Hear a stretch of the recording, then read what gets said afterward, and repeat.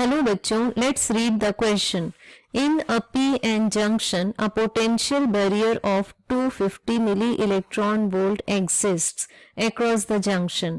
A hole with a kinetic energy of 300 milli-electron volt approaches the junction.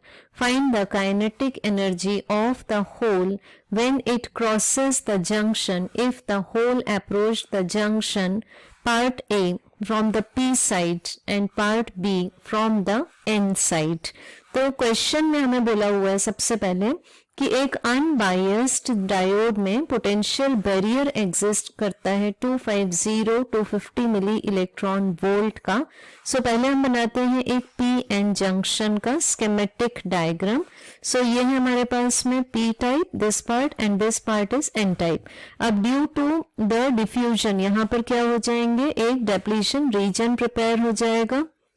So P type में हमारे पास में holes and N type में है electrons, और यहाँ पी टाइप में हमारे पास में बाउंडेड चार्जेस हैं. ठीक है, मूविंग चार्जेस नहीं है ये.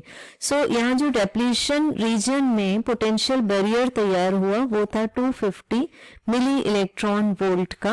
अब एक होल जिसकी काइनेटिक एनर्जी है 300 मिली इलेक्ट्रॉन वोल्ट.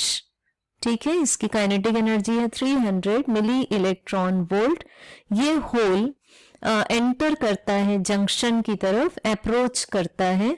अब जैसे पी टाइप में मेजॉरिटी चार्जेस हैं होल्स, वैसे ही एन टाइप में माइनॉरिटी चार्जेस होल्स होंगे. तो क्वेश्चन के की कंसेप्ट में आएगा हमारे पास में कि जो भी काइनेटिक एनर्जी का आंसर होगा that will be the sum of the external voltage supply by the battery. मतलब जैसे बैटरी ने अगर सप्लाई किया V वोल्ट तो इसको हम VE नाम दे देते हैं, and E is the electronic charge plus minus the barrier potential. तो ये हमारे पास में कॉमन इक्वेशन है. सो फर्स्ट केस में हमें बोला हुआ है कि जब होल P साइड से अप्रोच करता है तो हम जानते हैं कि P साइड में मेजॉरिटी चार्जेस हैं होल्स. ठीक है, मेजॉरिटी चार्जेस हैं यहाँ पर होल्स. तो पार्ट ए के अकॉर्डिंग जब एक होल पी साइड से जंक्शन को क्रॉस करने की कोशिश करता है तब हम उसकी kinetic energy, final kinetic energy को एक्सप्रेस कर सकते हैं.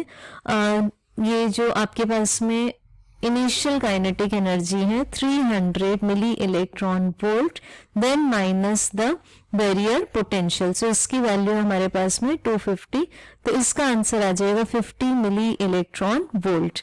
तो ये हमारे पास पार्ट ए का आंसर हुआ. According to part A hole enter करता है पी साइड से, सो इसकी फाइनल काइनेटिक एनर्जी हो जाएगी 50 मिली इलेक्ट्रॉन वोल्ट. अब पार्ट बी क्वेश्चन में हमें पूछा हुआ है कि होल एन साइड से एंटर करता है. ठीक है, ये एन साइड से एंटर करता है होल.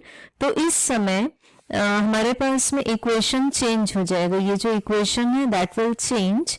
तो जब भी एक होल एन साइड से एंटर करेगा, अब क्योंकि एन साइड में मेजॉरिटी चार्जेस हैं इलेक्ट्रॉन्स, तो यहाँ पर हमारे पास में जो होल होंगे those will be the minority charges.